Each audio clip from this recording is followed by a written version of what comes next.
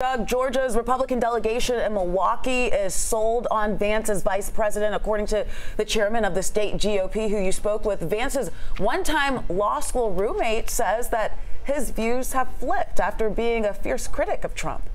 Well, before he became a U.S. Senator from Ohio, JD Vance was a law school student at Yale and the roommate of a future Atlanta Democrat, Josh McLaurin.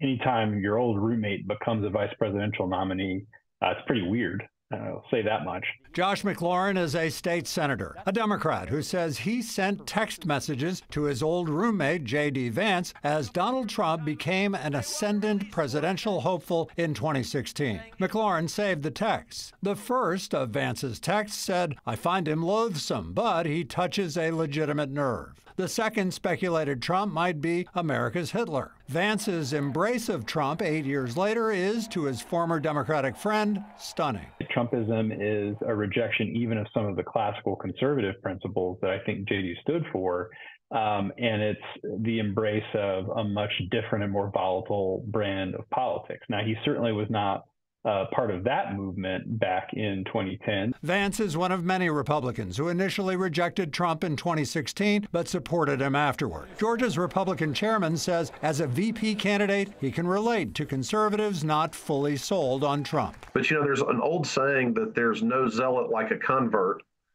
And I think JD Vance is so well positioned to support this ticket in so many ways.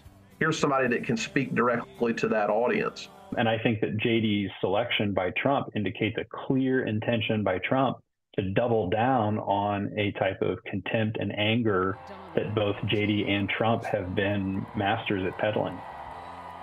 All right, Doug, so the question is, how realistically speaking, rather, how much does a vice presidential pick really matter in an election?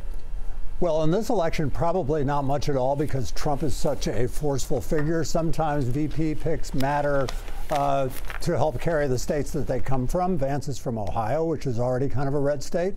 The best hope is that they will do no harm.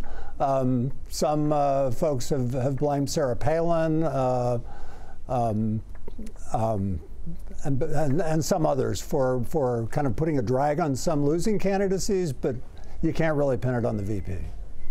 All right, Doug, thank you so much. Time will certainly tell.